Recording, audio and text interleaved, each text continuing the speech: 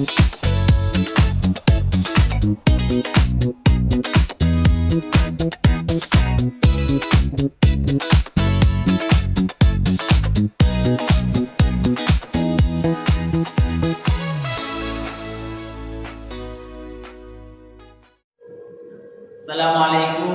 warahmatullahi wabarakatuh.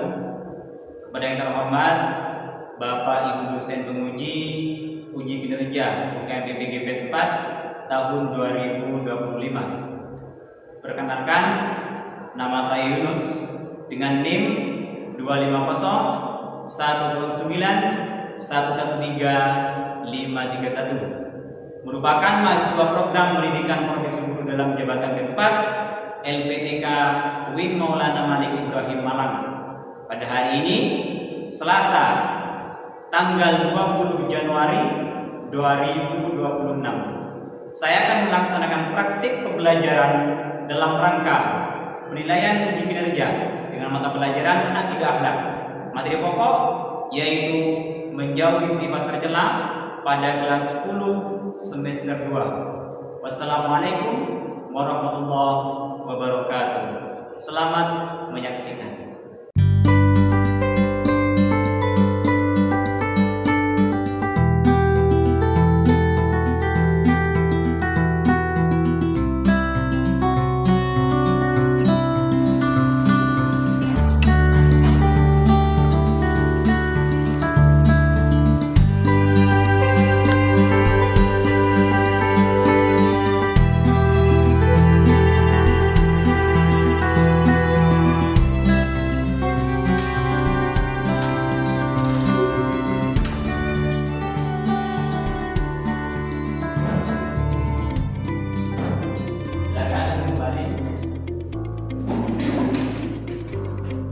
Assalamualaikum warahmatullahi wabarakatuh.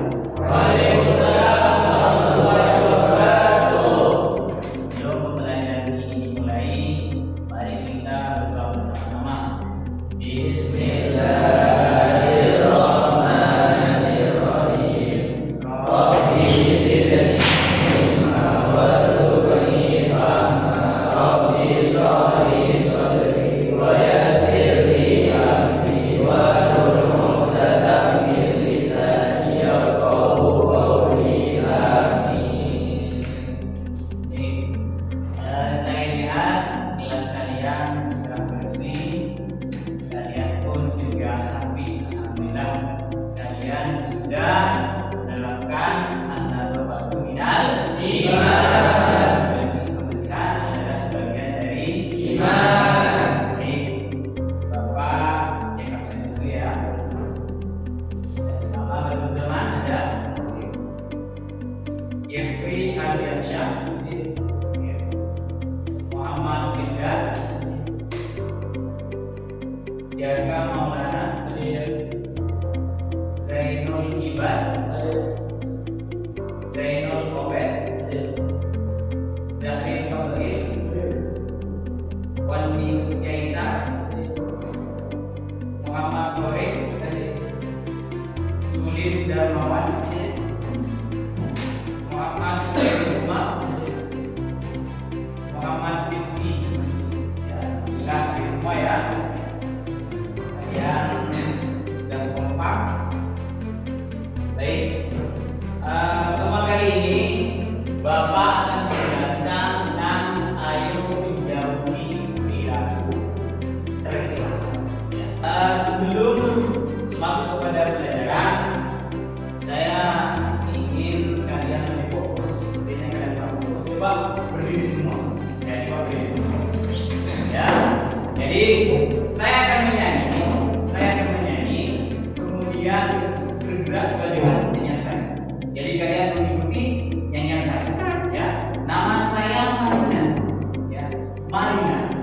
Kalau seperti ini menari, kalau seperti ini di atas, kalau seperti ini menara, kalau seperti ini merana. Jadi saya akan menyanyi, kemudian kalian mengikuti nyanyian saya. Paham? Coba. Marina menari di atas menara, Marina menari.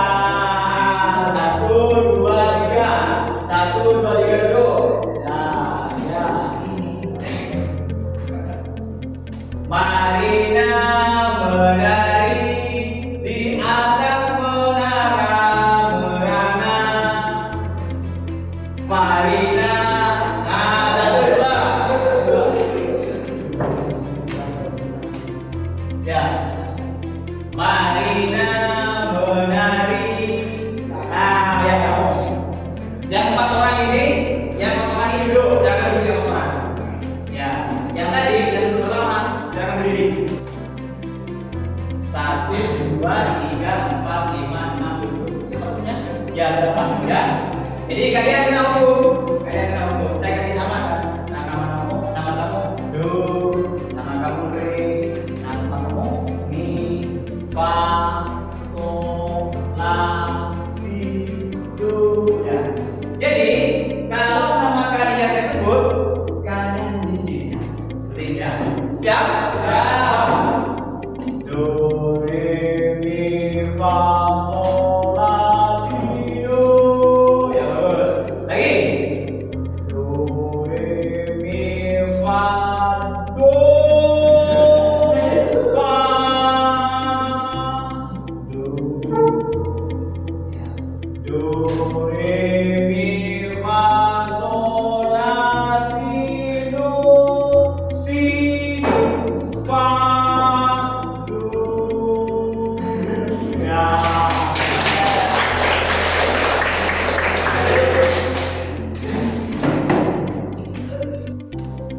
Baik, dalam pelajaran kali ini ada beberapa tujuannya. Yang pertama, tujuan pelajaran ini adalah menjelaskan pengertian perilaku licik. Jadi kalian bisa menjelaskan tentang perilaku licik, tamak, zalim, dan diskriminasi. Jadi yang pertama tujuannya seperti itu. Yang kedua, setelah mengetahui pengertiannya, kalian bisa mengidentifikasi contoh perilaku licik, tamak, zalim, dan diskriminasi. Yang ketiga, kalian bisa menganalisis dampak negatif dari perilaku tersebut. Jadi bisa menganalisis. Yang keempat, kalian bisa menyimpulkan cara menjauhi, cara mengantisipasi bagaimana sekiranya tidak mempunyai perilaku tersebut. Yang terakhir, dengan menunjukkan sikap jujur, adil, peduli, dan saling menghargai selama proses pembelajaran. Itulah beberapa tujuan pembelajaran. Selanjutnya, dalam proses kegiatan belajar pada hari ini ada beberapa penilaian. Jadi pelajaran yang pertama tentang sikap. Bagaimana sikap kalian nanti dalam proses kegiatan belajar mengajar dari awal sampai akhir. Yang kedua, penilaian kedua yaitu pengetahuan. Pengetahuan di sini ada nanti LKPD atau lembaga kerja kalian. Jadi kalian nanti akan diberikan soal-soal tes. Ya, itu yang kedua. Terus yang ketiga tentang keterampilan. Jadi selama proses kegiatan belajar mengajar nanti kalian akan sampai di mana keterampilan kalian. Paham? Jadi di situ proses penilaian. Selanjutnya dalam kegiatan ini menjauhi perilaku tercela. Kira-kira ada yang tahu apa itu perilaku tercela? Perilaku tercela adalah perilaku tercela adalah suatu kegiatan atau tingkah laku yang tidak sesuai dengan firman.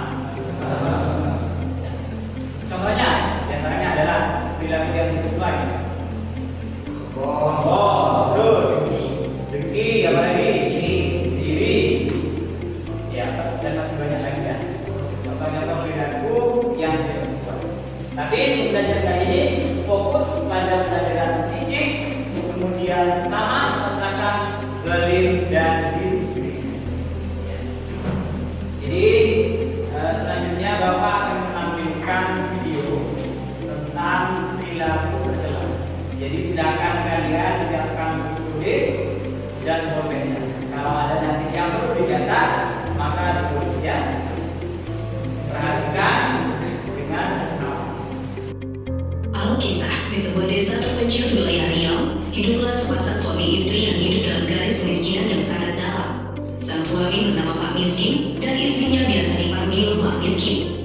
Gubuk mereka reot, atapnya bocor di sana sini, dan pakaian yang mereka kenakan hanyalah kain-kain usang yang sudah compang camping.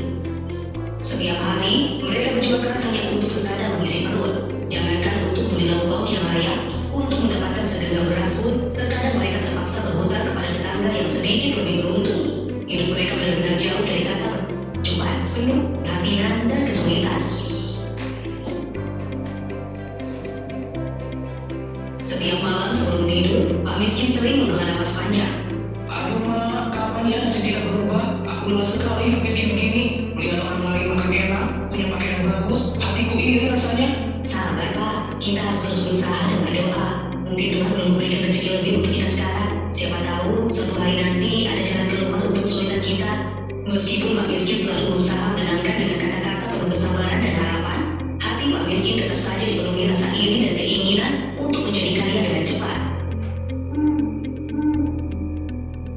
Suatu malam, tidurnya yang lelap, Miskin bermimpi. Dalam mimpinya, seorang kakek tua berjanggut putih datang menemuinya. Wajah kakek itu teduh, namun memancarkan aura kebijaksanaan. Di tangannya, kakek itu memegang sepotong tali yang tampak biasa saja. Hai miskin, dengarkan pesanku baik-baik. Besok pagi, pergilah menanti menggunakan perahu. Susuilah sungai Sepunjung dan carilah sebuah mata air di sana. Kata si kakek dengan suara lembut namun jelas. Setelah menyampaikan pesan itu, kakek tua itu perlahan menghilang dari pandangan Pak Miskin dalam mimpinya. Pak Miskin terbangun dari tidurnya dengan perasaan campur aduk. Ia bingung memikirkan mimpinya semalam. Mimpi apa aku tadi? Ada sekali. Gumam Pak Miskin dalam hati membesar matanya. Kakek itu menyuruhku pergi meraki ke sungai Sepunjung dan mencari mata air. Apa maksudnya itu? Hari masih sangat pagi, bahkan matahari belum sepenuhnya terbit. Ketika Pak Miskin akhirnya memutuskan untuk mengikuti pesan yang datang dalam mimpinya. Tidak ada salahnya mencoba. Pikirnya. Siapa tahu mimpi itu adalah pertanda baik. Mungkin saja aku akan mendapatkan keberuntungan seperti yang dikatakan Pak Miskin. Maka, dengan tekad yang belum sepenuhnya bulat lalu didorong rasa penasaran dan harapan, Pak Miskin pun bersiap. Ia mengambil perahu satu-satunya yang ia miliki. Perahu kecil yang sudah rapuh termakan usia. Dengan dayung di tangan, ia mulai mendayung, menyusuri aliran sungai Sepunjung seperti yang diperintahkan kakek dalam mimpinya. Ia terus mendayung, matanya awas mengamati tiap lubuk sungai dan tepiannya. Ia mencari tanda-tanda adanya mata air seperti yang disebut. Tidak berapa lama, setelah mendayung cukup jauh, dilihatnya biakan air yang berbeda di pinggir sungai. Biakan itu tampak lebih kuat dan jernih, pertanda bahwa di bawah permukaan sungai itu terdapat sebuah mata air yang mengalir deras. Mungkin ini mata air yang dimaksud kakek itu. Pikir Pak Miskin. Ia menghentikan laju perahunya di dekat biakan air tersebut. Ia menengok ke kanan dan ke kiri, ke arah hutan di tepi sungai, mencari sosok kakek tua dalam mimpinya. Namun, hingga keluar layarnya menengok, si kakek tidak juga kelihatan. Ia mulai merasa ragu dan sedikit kecewa. Ketika ia sudah mulai tidak sabar dan berpikir untuk pulang saja, tiba-tiba muncul sesuatu dari dalam air di samping perut. Itu adalah tali, persis seperti yang ditunjukkan kakek dalam mimpinya. Hati Pak Miskin pun kembali berdebar. Tanpa pikir panjang, dengan cepat ditariknya tali tersebut. Alangkah terkejut dan senangnya ia. Ternyata, di ujung tali itu terikat sebuah rantai yang berkilauan, terbuat dari emas murni. Oh, ternyata benar. Mimpi itu nyata. Ini adalah hari keberuntunganku. Dengan emas ini, aku akan kaya. Aku tidak akan miskin lagi. Seru Pak Miskin dengan gembira yang meluap-luap.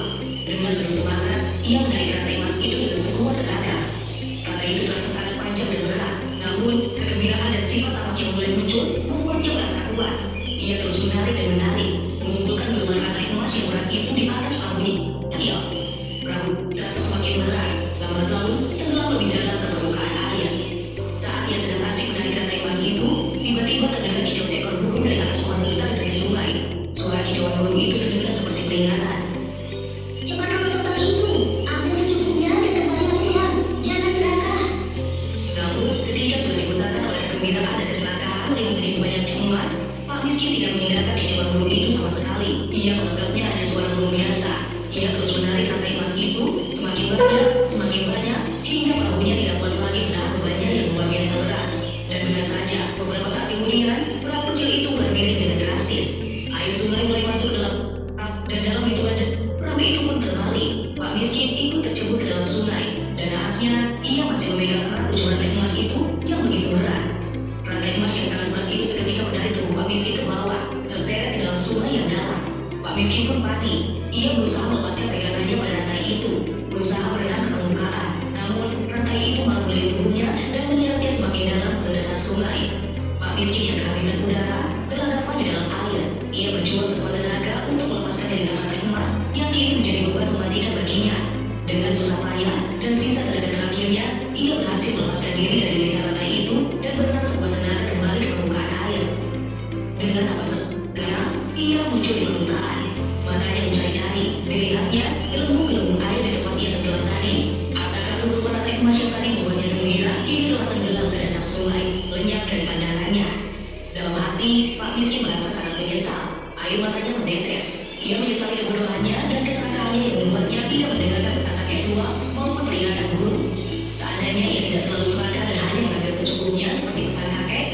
kini hidupnya sudah berubah. Tapi apa mau dikata, nasi sudah menjadi bubur, keserakahan telah mengambil kesempatan emasnya.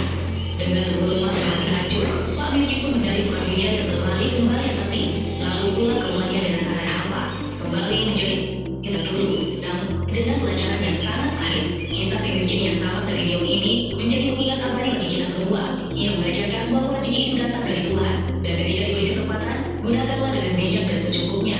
Sifat tamak, keinginan untuk memiliki segalanya tanpa batas, justru akan membawa malapetaka dan merenggut kebahagiaan yang sudah di depan mata. Bersyukurlah atas apa yang ada, karena kekayaan sejati bukanlah tumpukan harta, melainkan hati yang tenang dan bersyukur. Ya, alhamdulillah tadi seputar video tentang perilaku tercela.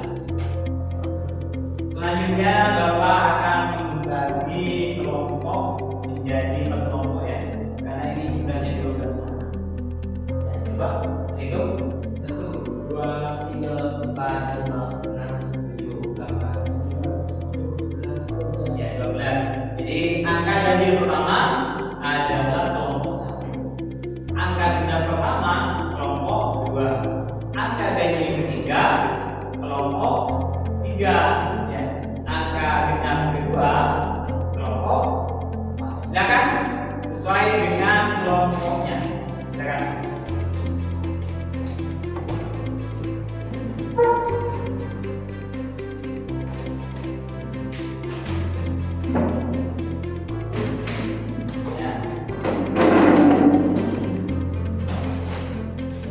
Ya. Sudah sesuai dengan kelompoknya. Silakan kalian menulis dan kolaborasi dengan teman-teman kelompoknya. Kemudian nanti dipresentasikan juga hasil kolaborasi dengan teman kelompoknya. Kemudian kalian mempresentasikan terkait dengan perilaku tercela sesuai dengan video yang telah kalian simak. Silakan bisa dimulai mengerjakan kelompoknya.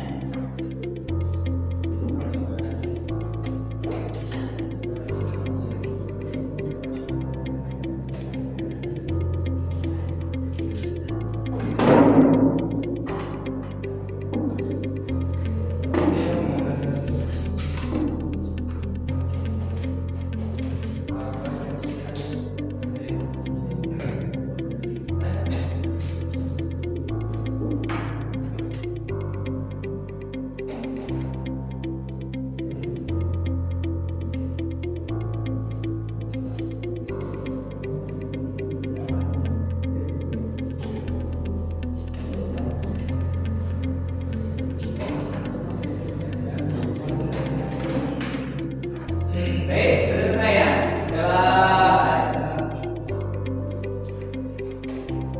Selanjutnya, mari kita simak sama-sama presentasi dari kelompok 1. Kelompok 1 bahas tentang perilaku tercela licik. Silakan kelompok pertama untuk mempresentasikan hasil diskusinya bersama. Yuk, silakan kelompok 1.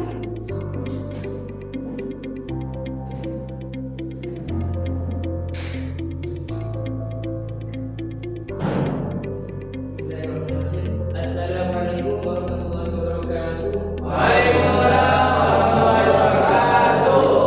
Pada kesempatan kali ini, saya perwakilan dari kelompok 1 akan mempresentasikan hasil kerja kelompok kami, yakni perilaku tercela bagian licik. Sebelumnya, saya akan mengerjakan apa itu licik. Licik adalah perilaku tidak jujur dengan tiap budaya untuk merugikan orang lain demi keuntungan pribadi. Adapun contoh licik sendiri ialah mencontek sang pendiam lalu berkurang berjujur, menipu timbangan sang pedagang, berjanji tapi sengaja tidak menepati demi keuntungan sendiri.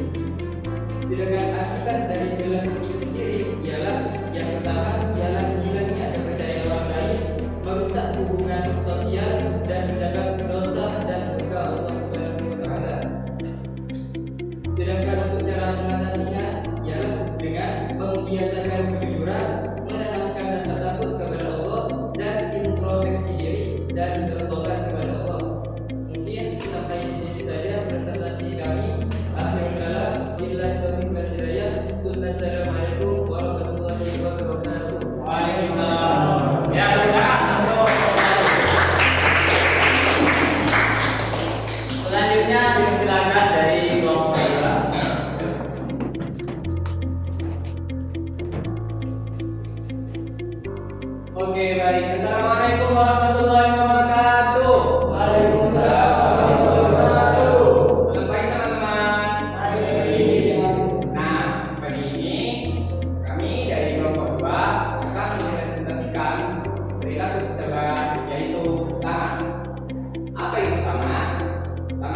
adalah sikap yang tidak pernah merasa puas dengan hasil yang sudah didapatkan. Seperti tidak mensyukuri nikmat Allah, sentiasa merasa tidak cukup, dan iri. Karena itu banyak dampak negatifnya teman-teman. Contohnya tidak pernah merasa cukup dan tidak mau bersyukur. Nah, kalian sudah pada tahu belum cara mengatasinya? Tahu. Karena itu bisa dihindari dengan cara selalu mensyukuri nikmat Allah, ikhlas dengan diri, dan jujur dalam hidup sehari-hari. Kami dari kelompok 2 mengakhiri. Wassalamualaikum warahmatullahi wabarakatuh. Waalaikumsalam warahmatullahi wabarakatuh. Selanjutnya dari kelompok 3 akan membahas tentang dolim. Ya. Dipersilakan.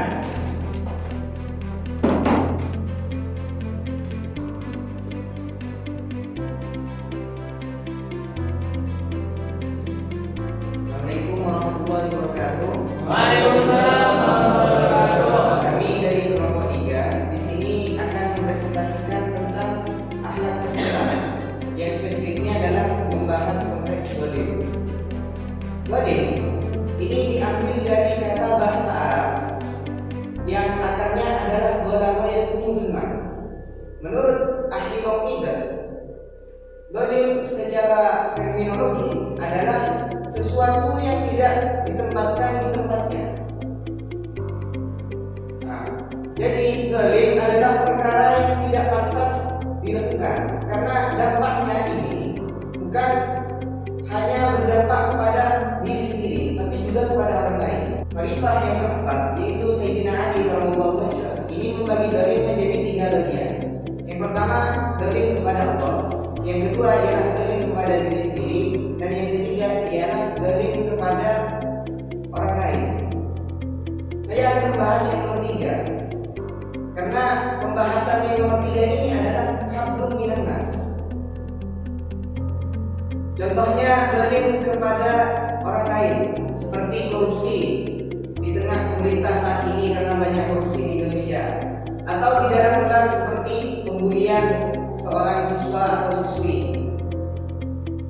Cara mengatasinya ialah kita memperkuat iman dan memperbanyak ibadah kepada Allah, serta belajar menghargai orang lain. Ya, sekian dari kami. Wassalamualaikum warahmatullahi wabarakatuh. Waalaikumsalam. Ya, tangan untuk kelompok 3. Selanjutnya dari kelompok terakhir, ya, kelompok 4. Saudara Rizky, silakan mempresentasikan hasil diskusinya bersama teman-teman.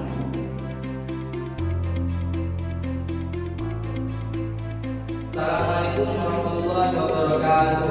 Waalaikumsalam warahmatullahi wabarakatuh. Oke, pada kesempatan kali ini kami dari kelompok 4 akan mempresentasikan tentang perbuatan tercela, yaitu diskriminasi. Baik, sebelum itu saya akan menjelaskan apa itu diskriminasi. Diskriminasi itu teman-teman adalah sikap membeda-bedakan seseorang berdasarkan latar belakang, seperti karena perbedaan suku, ras, budaya, atau agama. Seperti contoh nih, tidak mau berteman dengan seseorang yang memiliki kekurangan, memilih-milih teman antara yang kaya dan yang miskin, merendahkan kelompok sendiri dan merendahkan kelompok lain. Adapun dampak negatif diskriminasi antara lain yaitu timbulnya permusuhan antar kelompok, timbulnya perpecahan, dan banyak dampak negatif lainnya. Cara untuk menghindarinya adalah maka kita harus mengedepankan sikap musyawarah, yaitu rasa kesejajaran, persamaan, dan kebersamaan terhadap sesama manusia, mengedepankan solidaritas dan tolong-menolong. Oleh karena itu teman-teman, kita harus menjauhi sikap diskriminasi karena tidak sesuai dengan ajaran Islam dan menunjukkan martabat yang rendah bagi pelakunya, serta akan memicu perilaku buruk yang dilarang. Oke, hanya itu yang dapat saya sampaikan. Kurang lebihnya mohon maaf. Wassalamualaikum warahmatullahi wabarakatuh. Waalaikumsalam warahmatullahi wabarakatuh.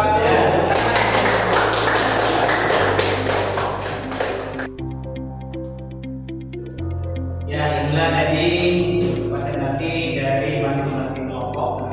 Selanjutnya Selanjutnya Bapak akan mempersilahkan kalian, barangkali ada yang belum paham dari apa yang sudah dipresentasikan dari teman-teman. Silakan yang mau bertanya dari kelompok berapa, kemudian pertanyaan itu ditujukan kepada kelompok berapa. Silakan. Ya, Kevin Ariasa, silakan. Saya dari kelompok 3 ingin bertanya kepada kelompok 1. Coba berikan satu saja contoh rinci yang kadang dilakukan oleh siswa. Silakan, Pak. Baiklah, saya dari kelompok 1 akan menjawab pertanyaan dari kelompok 3. Adapun contoh rinci dalam lingkungan sekolah ialah misal ada siswa A yang izin kepada gurunya untuk ke toilet. Padahal senyatanya siswa tersebut pergi ke kantin untuk beli. Mungkin itu jawaban yang dapat disampaikan. Ya, kan baik. Nah, dia pertanyaan dari temannya bertanya yang kadang dilakukan oleh siswa. Berikan rinci. Contohnya kadang ada siswa, Pak, izin Pak, mau mana? Mau ke toilet? Mau ngapain? Mau kencing Pak. Tapi ternyata pergi ke jadi itu perkara yang tidak boleh dilakukan. Selanjutnya Bapak akan memberikan lembar kerja kalian. Jadi silakan nanti dikerjakan ya.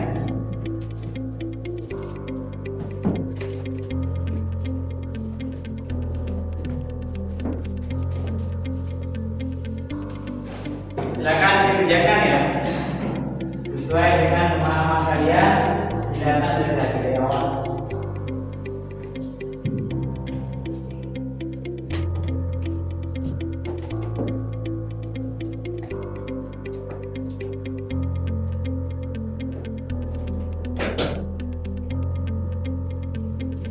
Ya, selesai. Silakan dibuka. Silakan.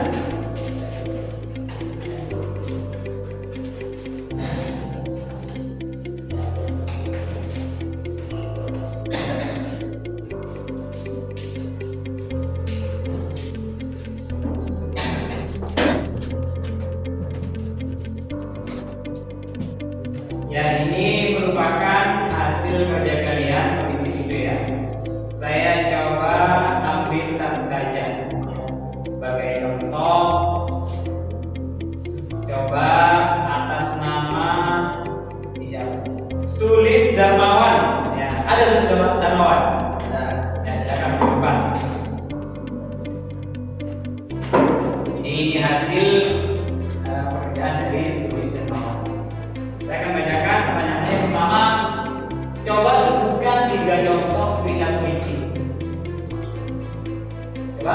Jadi yang pertama, berbohong kepada orang tua agar diizinkan pergi atau tidak dimarahi. Ya. Dua, berpura-pura sakit supaya tidak masuk sekolah atau kerja. Ya. Tiga, tidak jujur dalam berbeli, misalnya menyembunyikan cacat darah. Ya. Pertanyaan yang kedua, berikan definisi dari sifat tamak. Apa itu tamak? Coba.